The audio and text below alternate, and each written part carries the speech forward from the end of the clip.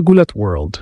Sa mundo ng tennis kung saan sanay na ang fans sa mga superstar mula Europe at Amerika, isang batang Filipina ang unti-unting gumugulat sa global stage. Hindi ito simpleng kwento ng isang rising athlete. Ito ay kwento ng isang bagong phenomenon sa tennis world. Si Alexandra Ayala, ang 20 anyos na Pinay sensation mula Quezon City, ay biglang naging sentro ng global attention habang patuloy ang kanyang pagangat sa Women's Tennis Association Tour. At ayon mismo sa kanya, minsan ay parang sobra na ang dami ng mata na nakatutok sa kanya.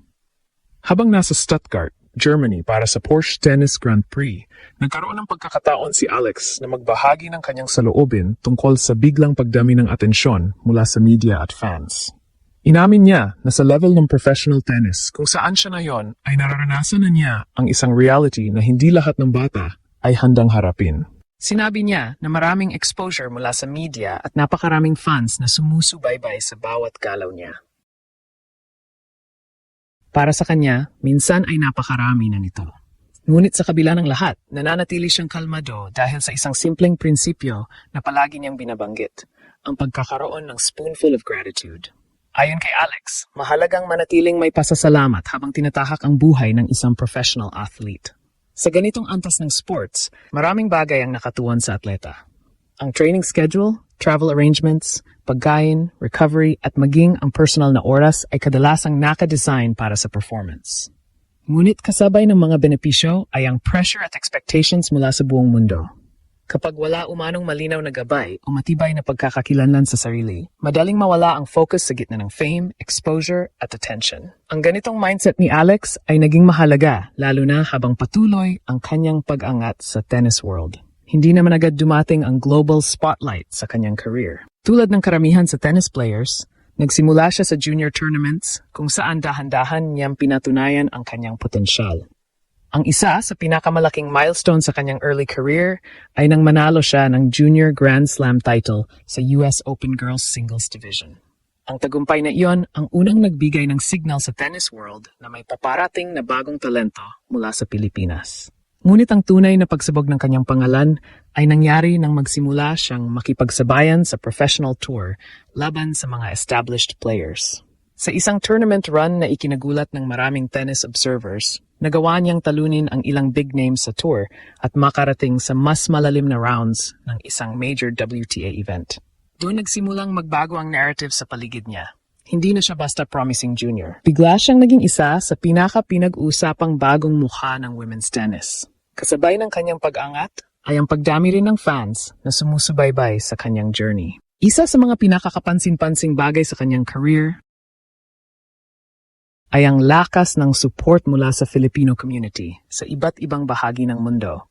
Sa bawat tournament na kanyang nilalaro, madalas ay may mga bandilang Pilipino na makikita sa crowd. Ang mga sigaw ng "Let's go Alex" ay nagiging regular na bahagi ng atmosphere sa mga stadium kung saan siya naglalaro. Ang ganitong klaseng suporta ay hindi lamang galing sa Pilipinas, kundi pati na rin sa mga Filipino diaspora sa Middle East, Europe at North America. Maraming fans ang bumibiyahe pa upang mapanood siya sa mga tournaments. Para sa kanila, si Alex ay hindi lamang isang tennis player. Siya ay simbolo ng pride at pag-asa para sa Philippine tennis na matagal nang naghahanap ng global breakthrough. Sa Dubai, halimbawa, napansin ng maraming observers kung paano nagmistulang home court ang venue dahil sa dami ng Filipino fans na sumuporta sa kanya. Sa Australian Open naman ay nagulat ang mga organizers na makita ang mga fans na naghihintay upang mapanood ang kanyang debut match. Para sa isang batang atleta mula sa bansang walang malalim na tennis tradition, ang ganitong klase ng suporta ay tunay na kakaiba. Para kay Alex, ang energy na ito mula sa fans ay malaking bahagi ng kanyang motivation. Sa bawat laban na kanyang nilalaro, ramdam niya ang suporta ng mga Pilipino saan mang sulok ng mundo. Ngunit kasabay nito ay mas tumataas din ang expectations na kailangang harapin niya bilang isang rising star. Ngayon ay nasa Stuttgart siya para sa Porsche Tennis Grand Prix, isa sa mga pinaka-prestihiyosong tournaments sa WTA calendar, lalo na sa clay season. Ang tournament na ito ay kilala sa pagkakaroon ng malalakas na lineup kung saan kadalasang naglalaro ang mga top players sa mundo. Sa gitna ng stacked field na ito ay nakakuha ng pagkakataon si Alex na makapasok sa main draw matapos umatras ang isang top player dahil sa injury. Para sa maraming rising players, ang ganitong pagkakataon ay maaaring magdala ng pressure. Pero para kay Alex, ito ay isang oportunidad upang patuloy na matuto at mag-improve laban sa pinakamahusay sa mundo. Hindi siya nagmamadali sa kanyang career at hindi rin siya nakatuon lamang sa rankings o titles. Mas mahalaga sa kanya ang tuloy-tuloy na pag-unlad sa kanyang laro. Sa edad na 20, malinaw na ang kanyang journey ay nasa simula pa lamang ng mas mahabang kuwento. Ngunit sa bilis ng kanyang pag-angat, marami na ang naniniwala na siya ang maaring magdala ng bagong era para sa Philippine tennis. Ang kanyang presence sa WTA Tour ay nagbubukas ng pinto para sa mas maraming kabataang Pilipino na mangarap sa sport na ito. Sa kabila ng lumalaking fame at global attention, nananatili pa rin siyang grounded. Ang kanyang simpleng prinsipyo ng pasasalamat ang nagsisilbing gabay sa kanya sa gitna ng spotlight. Para sa kanya, ang gratitude ay hindi lamang attitude, kundi isang paraan upang manatiling totoo sa sarili habang patuloy na hinaharap ang mga hamon ng professional sports. Habang nagpapatuloy ang kanyang journey sa international stage, isang bagay ang malinaw sa tennis world. Si Alex ay hindi na lamang isang rising player na dapat pantayan. Siya ay isa ng global figure sa sport na patuloy nagdadala ng bagong enerhiya sa tour.